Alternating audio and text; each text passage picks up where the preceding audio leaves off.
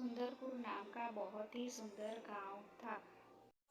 उस गांव में एक परिवार रहता था जिसमें सुधा, सुरेश और जानकी वो 3 लोग रहते थे उस घर में।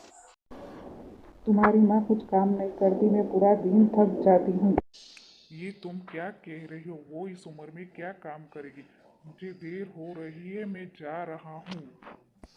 इतना कहने के बाद सुरेश वहां से जाने लगता है। तुम्हारी माँ मंदिर चली जाती है, सारा दिन मुझे ही काम करना पड़ता है। मैं थक जाती हूँ पूरा काम कर। तुम बस माँ के पीछे ही पड़ी रहती हो, मैं उन्हें कुछ नहीं कहूँगा। आप तो बस आपकी माँ के बारे में ही सोचते रहते हैं। मैं यहाँ से चली जाती हूँ। ये तुम क्या कह रही हो? उनकी उम्र हो गई है, मैं उन्हें कुछ नहीं कहूँगा। वो मेरी माँ है। इतना कह के सुरेश वहां से चला जाता है। मुझे ही कुछ सोचना पड़ेगा, तभी माँ जी इस घर से जाएगी और इस घर में मैं शांति से रह पाऊंगी। सुधा जब सोचती है तभी जानकी उसके पास आती है। माँ जी, आपने सारा काम खत्म कर दिया। घर में कितना सारा काम बाकी है। आपने खाना बना लिया है? मैं आपको कब से ढूंढ रही थी। आप कहाँ चली गई थी? बेटा, मैंने खाना बना लिया है, तुम्हें चिंता करने की जरूरत नहीं है। इतना कह के जानकी वहां से जाने लगती है बाकी का काम खत्म करने के लिए। मुझे ही कोई प्लान बनाना। सुधा जब सोच ही रही होती है तभी जानकी उसके पास आती है। बेटा, मैंने सारे कपड़े धो दिए हैं, तुम्हें चिंता करने की जरूरत नहीं। माँ जी, मैं बाहर जा रही हूँ, शाम को देर हो जाएगी। अभी तो बर्तन भी बाकी है। आप घर का सारा काम खत्म कर दीजिएगा, मुझे देर हो जाएगी। बेटा, तुम जाओ, मैं घर का सारा काम खत्म कर दूंगी, तुम चिंता मत करो। इतना कह के जानकी वहां से चली जाती है। पता नहीं ये कब इस घर से जाएगी और मुझे इस घर में शांति से रहने को मिलेगा। इतना सोचने के बाद जानकी अपने कमरे में आराम करने के लिए चली जाती है। सुधा अपने कमरे में सो रही। शाम होते ही सुरेश अपने कमरे में आता है। आपकी माँ पूरे दिन बाहर रहती है, घर का सारा काम मुझे ही देखना पड़ता है। आप तो कुछ कहते, मुझे ही कोई नाटक करना पड़ेगा, तभी माँ जी इस घर से जाए। सुधा चक्कर आने का नाटक करती है।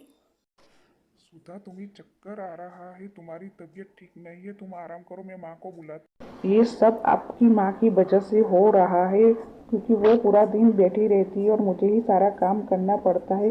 वो मुझे खाना भी खाने नहीं देती और पूरा दिन काम करवाती रहती है, इसीलिए मेरी ये हालत हो रही है। आवाज सुनकर जानकी वहां पहुंच जाती है। क्या हुआ बेटा, तुम्हारी तबीयत ठीक नहीं है, तुम्हें चक्कर आ रहा है, तुम आराम से बैठो, मैं कुछ लेके आती हूँ। ये सब आपकी वजह से हो रहा है। सारा दिन मुझसे काम करवाती रहती है, खुद आराम करती रहती है, मुझे खाना भी ठीक से खाना ही नहीं देती और अब अपने बच्चे के सामने अच्छा होने का नाटक कर रही है। आप तो चाहती है कि मैं बीमार पड़ जाऊं, मर जाऊं, ताकि आप आराम से रह पाओगी इस घर में। बेटा, तुम ऐसा क्यों कह रही हो? मैं तुम्हारे साथ ऐसा व्यवहार क्यों करूँगी? मैं तो पूरा दिन काम करती रहती हूँ और तुम्हें आराम करने के लिए बोलती हूँ। सुरेश, देखो ना, ये ऐसा क्यों कह रही है मुझे नहीं पता, लेकिन मैंने उसके साथ ऐसा व्यवहार नहीं किया। वो मेरी बेटी जैसी है, मैं ऐसा नहीं करूँगी। माँ जी, ओ माँ जी, कहाँ चली गई? घर में इतना सारा काम बाकी है, पता नहीं कहाँ चली जाती है माँ जी। रमेश को माँ कहीं नहीं मिलती, इसीलिए वो सुधा के पास आता है जानने के लिए। तुमने माँ को कहीं देखा? मुझे पूरे घर में नहीं मिल रही है, तुम्हें बताकर गई है? वो कहाँ गई? पता नहीं वो कहाँ चली गई है। मैंने भी बहुत आवाज़ लगाई, लेकिन वो पूरे घर में नहीं है, वो कहीं बाहर चली गई है। घर में कितना सारा काम बाकी है, मेरी तबीयत भी ठीक नहीं है। वो जहाँ भी चली गई है वहाँ से वापस ही ना आए। अगर वो वापस आ गई तो मैं इस घर में नहीं रहूँगी, मैं अपने पिताजी के घर चली जाऊँगी। आप रहिएगा अपनी माता जी के साथ, मैं चली जाऊँगी। रमेश वहां से चला जाता है अपनी माँ को ढूंढने के लिए। जानकी ने अपना घर छोड़ दिया था, वो यहाँ आकर बैठी थी। वो सोच रही थी कि अब वो वापस नहीं जाएगी, लेकिन उसके पास पैसे तो नहीं थे। अब वो कोई काम ढूंढने के बारे में सोच रही थी, तभी उसकी नज़र स्मारती और सुहास पर सुहास, पड़ी। मुझे काम वाले की जरूरत है जो हमारे घर पे पूरा दिन काम कर सके, ताकि मुझे थोड़ा आराम मिले।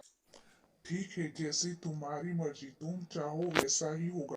जानकी उन दोनों की बातें सुन रही होती है। उसे भी काम की ज़रूरत होती है क्योंकि उसके पास पैसे नहीं होते हैं। तभी वो सोच रही होती है कि मैं उनसे जाकर बात कर लेती हूँ। तभी जानकी उन दोनों के पास जाती है बात करने के लिए। मुझे पैसों की बहुत ज़रूरत है, मुझे काम पर रख लीजिए, मैं आपके घर का सारा काम करूँगी। प्लीज़ मेरी मदद कीजिए, मैं अकेली हूँ, आप मुझे काम पर रख लीजिए, मैं आपके घर का सारा काम कर दूँगी, प्लीज़ मेरी मदद कीजिए। ठीक है, मुझे भी एक काम वाली चाहिए, आपको पूरा दिन मेरे घर में काम करना पड़ेगा, आप कर सकती है ना? वहाँ से जाने लगती है। तभी सुहास और मालती उसे जाते हुए देखते सोच में पड़ जाती है। इस उम्र में उसे काम की क्यों जरूरत पड़ी होगी।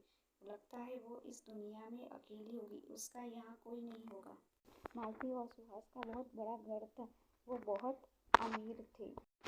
देखो मैंने एक कमरा साफ कर दिया है, तुम्हें यही रहना है और तुम्हें घर का सारा काम देखना पड़ेगा, क्या तुम कर लोगी ना? जी शुक्रिया आपका, मैं आपके घर का सारा काम देख लूंगी, आपको बिल्कुल भी चिंता करने की ज़रूरत नहीं है। जानकी वहाँ से चली जाती है घर का सारा काम करने के लिए। जानकी अपना काम खत्म करने के बाद बाहर गार्डन में आती है। तभी सुरेश उसे देख लेता है और उसके पास आता है। माँ, तू हमें छोड़कर क्यों चली आई? तुमने हमको क्यों छोड़ दिया? माँ, हमें माफ कर दो, मुझसे गलती हो गई। तुम चलो हमारे साथ, तुम अब हमारे साथ ही रहोगी। चलो माँ। सुरेश अपनी माँ को अपने घर ले जाता है। देखो, तुम मुझसे झूठ बोलती रहती हो कि माँ कुछ काम नहीं करती। तुमने माँ के साथ बुरा व्यवहार किया है। माँ को मैं घर ले आया हूँ, माँ यही रहेगी। अगर तुम्हें यहाँ नहीं रहना है तो तुम इस घर को छोड़कर जा सकती हो, लेकिन माँ यही रहेगी। मुझे माफ़ कर दीजिए, मैंने बहुत बुरा व्यवहार किया माँ जी के साथ। मैं इसी घर में रहना चाहती हूँ आपके साथ। माँ जी, मुझे माफ़ कर दीजिए, मैं आगे से आपके साथ ऐसा व्यवहार नहीं करूँगी। मैं आपकी सेवा करूँगी, प्लीज़ मुझे माफ़ कर। बेटा मैंने तुम्हें माफ कर दिया है, तुम कहीं नहीं जाओगी, तुम यही रहोगी हमारे साथ। जानकी ने सुधा को माफ कर दिया और तीनों खुशी खुशी इसी घर में रहने लगे।